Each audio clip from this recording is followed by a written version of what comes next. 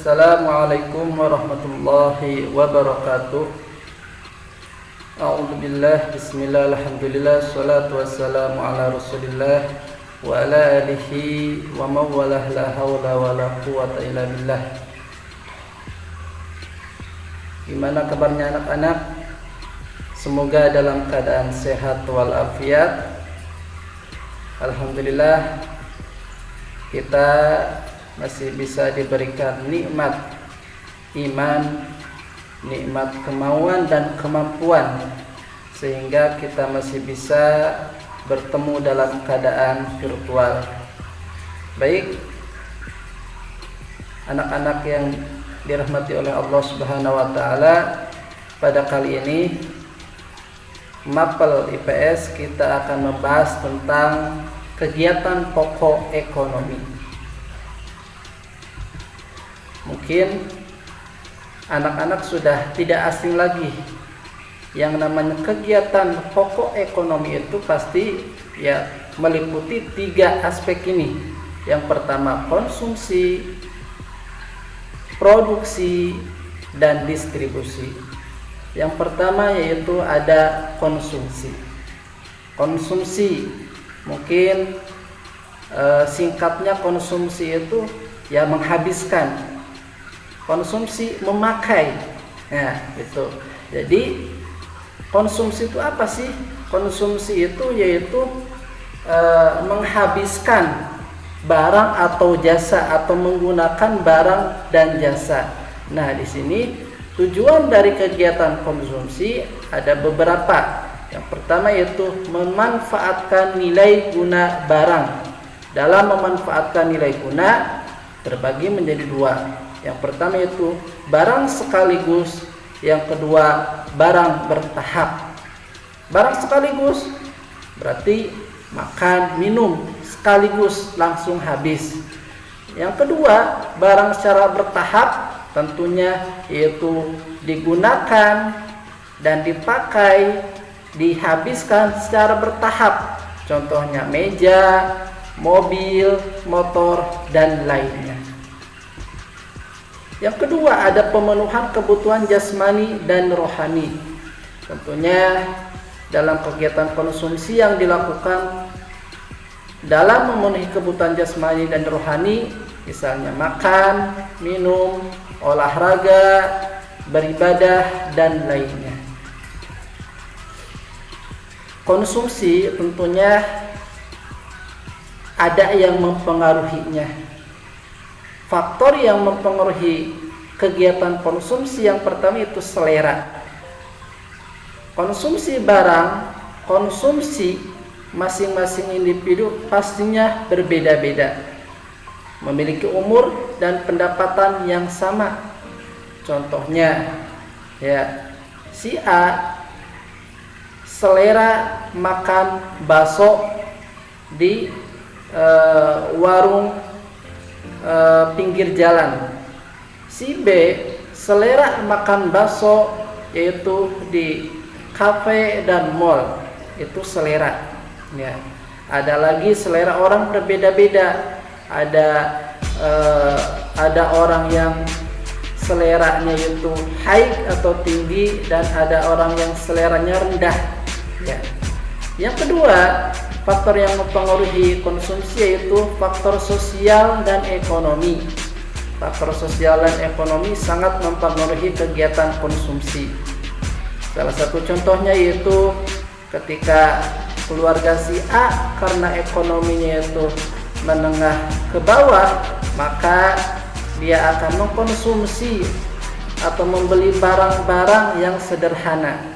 Sedangkan keluarga B karena keadaan ekonominya itu menengah ke atas, maka barang konsumsi atau yang digunakan pun pasti akan barang-barang mewah.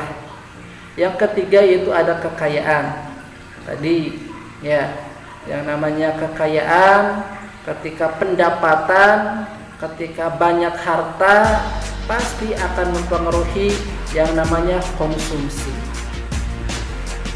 Yang selanjutnya ada tingkat pendidikan.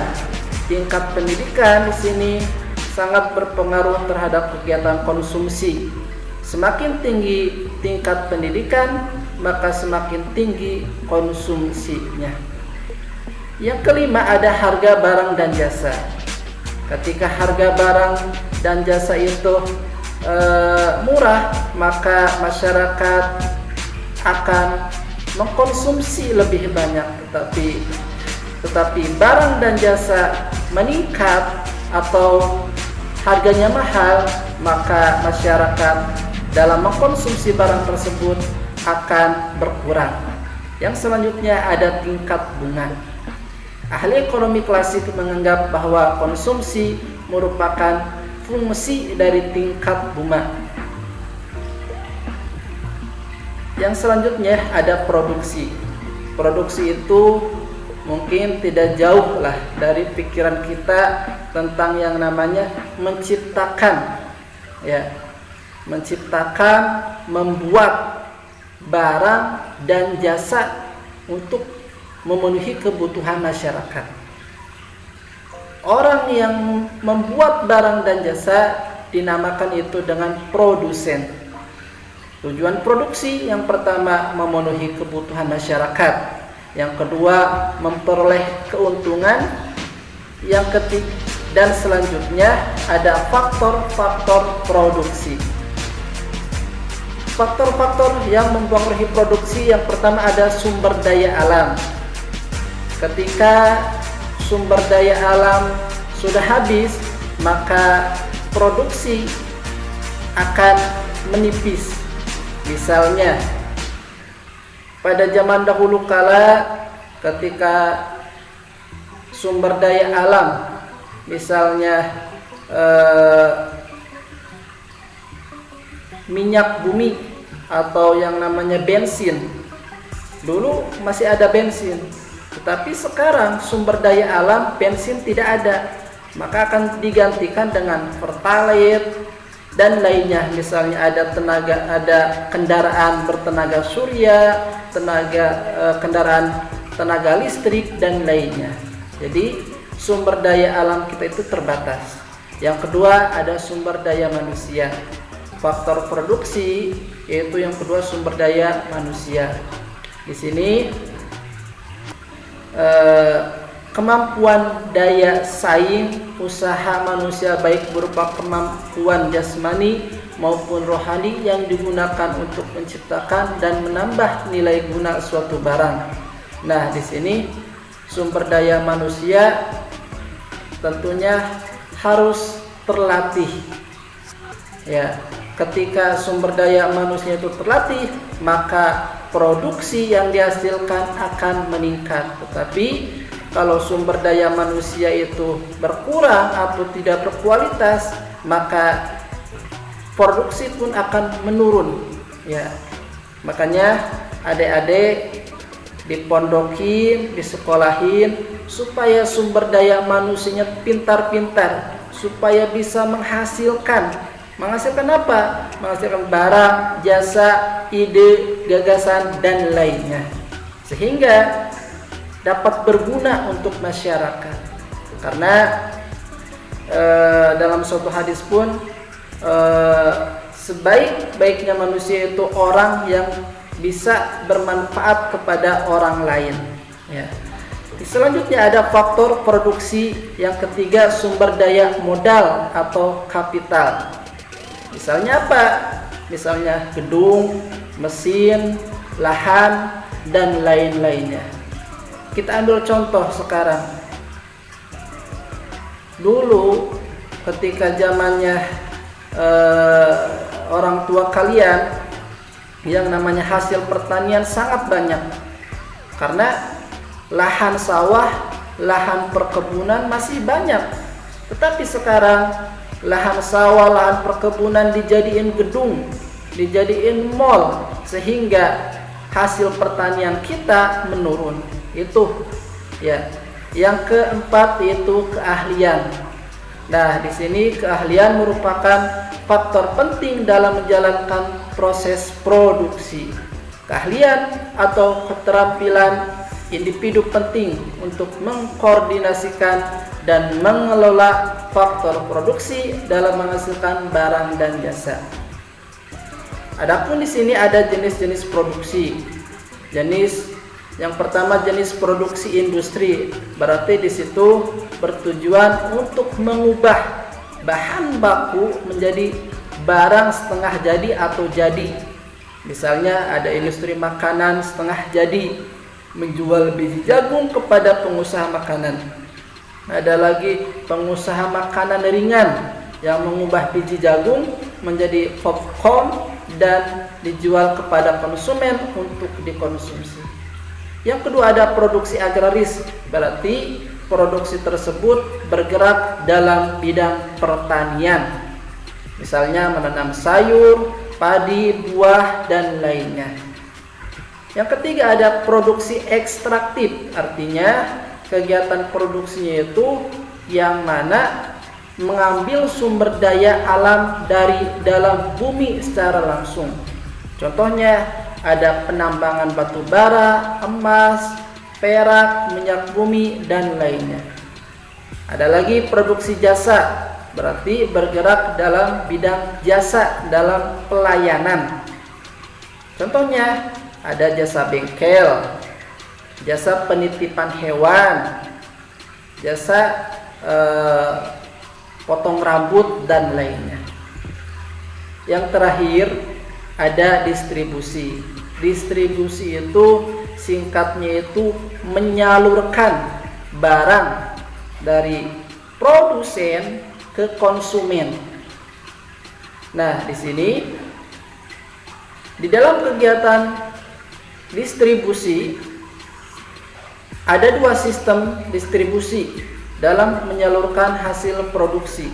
Yang pertama distribusi langsung, yang kedua distribusi tidak langsung. Distribusi langsung berarti dilakukan secara langsung kepada masyarakat tanpa melalui perantara. Contohnya yaitu seperti nelayan yang menjual hasil tangkapan ikannya langsung kepada konsumennya. Yang kedua, distribusi tidak langsung berarti melalui perantara. Bisa jadi melalui perantara khusus, contoh melalui agen, maklar, ataupun yang lainnya. Nah, di sini biasanya distribusi tidak langsung dilakukan karena barang-barang tersebut cukup tahan lama ketahanannya. Adapun faktor yang mempengaruhi distribusi, yang pertama sifat barang. Sifat barang sangat menentukan jenis sistem distribusi yang akan digunakan. Barang yang cepat rusak maka akan didistribusikan secara langsung, dan barang yang tahan lama maka akan didistribusikan secara tidak langsung. Yang kedua, ketersediaan transportasi.